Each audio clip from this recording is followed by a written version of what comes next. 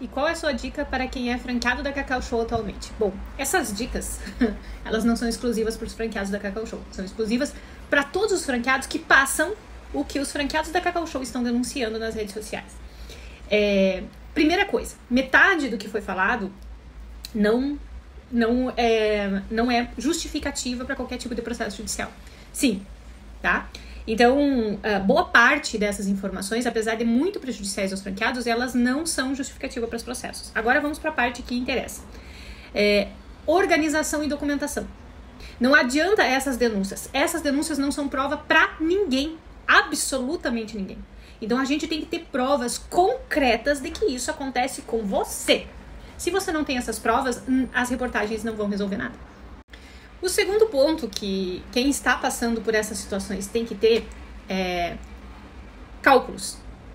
As pessoas têm que ter isso tudo muito calculado. Apesar de que a situação financeira ela é desconsiderada, isso mesmo, presta atenção, ela é desconsiderada pelos nossos tribunais.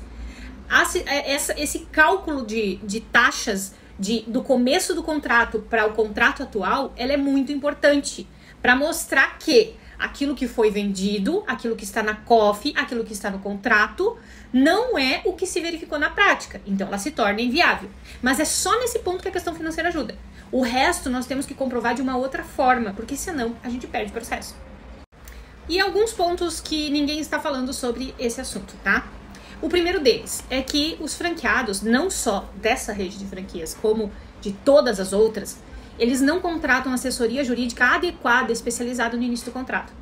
E por isso, algumas análises e alguns pontos muito importantes que vão influenciar no decorrer do contrato, eles não são considerados na assinatura dele.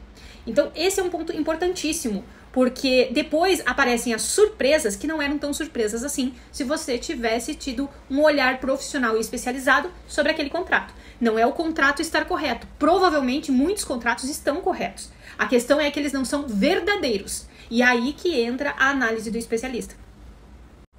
Outro ponto que precisa ser considerado aqui é que contratos de franquia são extremamente leoninos. E aí vocês vão dizer, mas se essas cláusulas são violentas demais, né, são leoninas, elas podem ser desconstituídas numa ação judicial, né? Elas podem ser anuladas, elas podem ser rescindidas. Não. Apesar de ser um contrato leonino, não é porque a cláusula foi forte demais, é que ela vai ser anulada. Porque não é uma relação de consumo.